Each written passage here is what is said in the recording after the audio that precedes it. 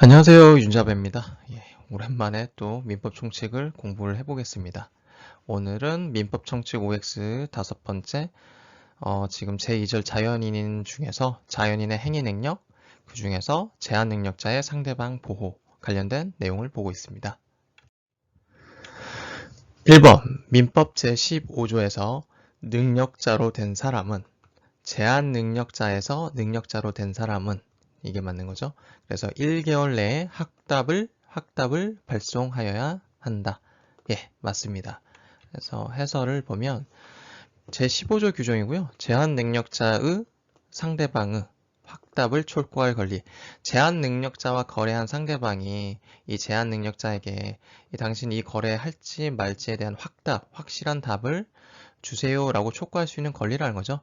제한 능력자의 상대방을 보호하기 위한 규정으로서 제15조가 처음 나오는데 여기 1항을 보면은 여기서 1개월 내에 확답을 발송하여야 한다. 저는 이게 포인트라고 생각했는데 여기 하단에 보면은 발송하지 아니하면 그 행위를 추인한 것으로 본다 이렇게 돼 있는데 즉 발신주의를 내포하고 있어요.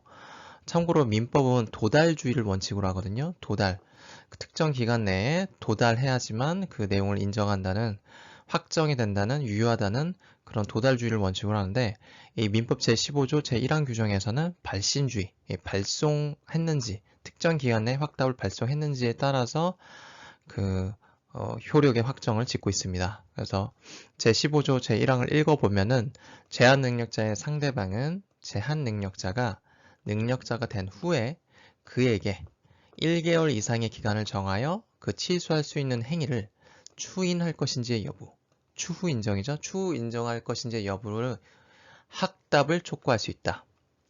능력자로 된 사람이 그 기간 내에 확답을 발송하지 아니하면, 도달이 아니고 발송하지 아니하면 그 행위를 추인한 것을 본다. 추인한 것을 의지한다라는 거죠. 그래서 한 달 이내에 추인 여부를 할지 여부를 확답을 촉구할 수 있는 거고, 만약 그 한 달 이내에 답을 제한 능력자에서 능력자로 된 사람이 혹은 뭐 또 법정 대리인이겠죠. 그 사람들이 기간 내에 확답을 발송하지 않으면 그 행위를 추후 인정한 것으로 본다라는 거죠. 그럼으로써 제한 능력자의 상대방의 불안함을 줄여주는 역할이다. 2번, 제한 능력자와 맺은 계약은 제한 능력자의 추인 후에도 상대방이 그 의사 표시를 철회할 수 있다. 그게 아니죠. 이 해설 보면 제16조 제한 능력자의 상대방의 철회권과 거절권 여기서 보면은 제한 능력자가 맺은 계약은 추인이 있을 때까지 상대방이 그 의사표시를 처리할 수 있다. 그래서 포인트는 계약이죠. 계약에 대해서 거래 상대방이 내가 했던 의사표시를 철회할 수 있다는 건데 이건 어디까지나 제한 능력자의 추인이 있기 전까지죠. 추인이 있을 때까지 이때 할 수 있는 거지. 만약에 제한 능력자가 추인을 해버렸다라면은 상대방도 원칙은 그 계약을 맺는 것을 원했던 사람인 거니까 그 이후부터는 의사표시를 철회할 수 없다라고 해야겠죠. 자, 추인 후에는 상대방이 그 의사표시를 철회할 수 없다. 네, 3번. 제한 능력자와 맺은 계약은 상대방이 계약 당시에 제한 능력자임을 안 경우에도 거래 상대방은 그 의사 표시를 철회할 수 있다? 네, 그렇지 않다죠? 그래서 내용 보면은 제16조 제한 능력자의 상대방의 철회권과 거절권 제1항에서 단서 규정인데 상대방이 계약 당시에 그 상대가 제한 능력자임을 알았을 경우에는 그러하지 아니하다. 즉 계약의 의사 표시를 철회할 수 없다죠. 그러니까 만약에 이 제한 능력자가 그 거래 카운터 파트너였다라고 한다라면은 그걸 알고서 한 거니까 그거에 대한 것까지 이 거래 상대방을 보호해 주지 못하겠다. 따라서 그걸 알았다라면은 그 계약의 의사 표시를 철회할 수 없다라는 그런 단서 조항이 내용이 되겠습니다. 4번. 제한 능력자의 단독 행위는 뭐 권리의 포기 같은 거죠.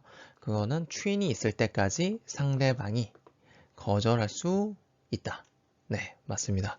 그래서 제16조 보시면 제한 능력자의 상대방의 철회권, 거절권, 그중에 제2항 규정 제한 능력자의 단독 행위는 아까 1항은 계약이었죠? 2항은 단독행위고 이 단독행위에 대한 추인이 있을 때까지 상대방이 거절, 단독행위에 대해서는 거절이죠.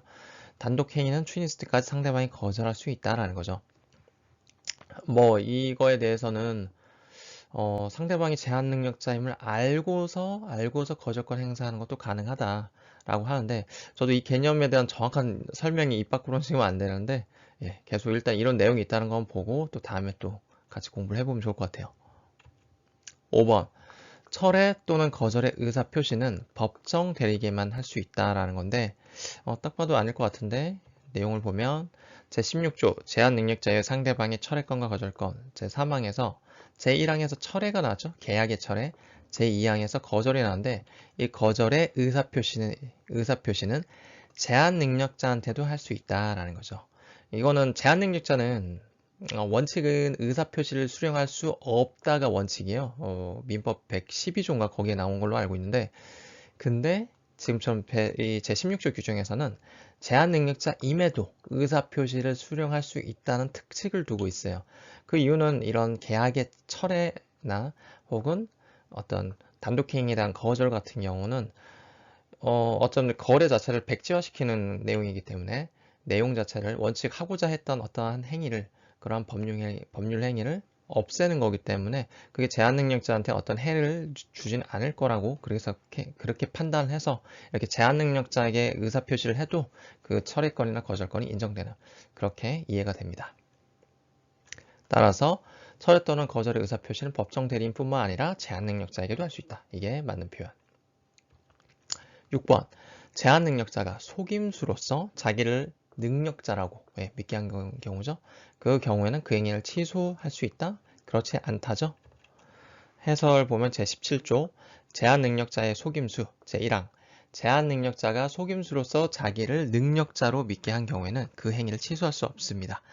속임수로서 이렇게 어떤 기만을 한 경우에는 그에 대한 책임을 지우게 해야겠죠. 제한 능력자에게. 따라서 그 행위를 취소할 수 없다라고 하고 있고 네, 내용은 지금 하나 더 있죠. 7번 피성년 후견인이나 피한정 후견인이 속임수로서 법정 대리인의 동의가 있는 것으로 믿게 한 경우에도 그 행위를 취소할 수 없다? 일단 X입니다. 그 이유가 뭔가 보면은 제17조 제한능력자의 속임수 제2항 규정인데 미성년자나 피한정 후견인이 이렇게 출발하죠. 그래서 여기 피성년 후견인이나 피한정 후견인이 아니라 미성년자 또는 피한정 후견인 이렇게 출발했어야 되는 건데 이런 미성년자나 피한정 후견인이 속임수로서 법정 대리인의 동의가 있게 한 경우에는 그 행위를 취소할 수 없다. 이게 맞죠? 왜냐면은 피성년 후견인 같은 경우는 법정 대리인의 동의를 얻어서 단독으로 뭔가를 하는 사람이 아니죠. 그래서 뭐 제10조 1항이었던가요? 거기서도 피성년 후견인의 법률 행위는 취소할 수 있다라고 되어 있는데 혼자서 단독으로 한 행위는 동의를 얻고서도 못해요. 피성년 후견인 분들은 좀 정신적 제약이나 이런 것들이 좀 지속적으로 결연된 좀 더 상태가 좀 더 좀 힘드신 분들이기 때문에 그런 분들은 동의를 얻어서 한다 이런 개념이 나올 여지가 없기 때문에 이 제17조 제2항에서는 미성년자나 피한정 후견인의 경우에만 속임수로서 법정 대리인의 동의가 있었다. 이렇게 거래 상대한테 믿게 한 거죠. 그때는 그 행위를 취소할 수 없다. 이런 문구가 진행이 되는 겁니다.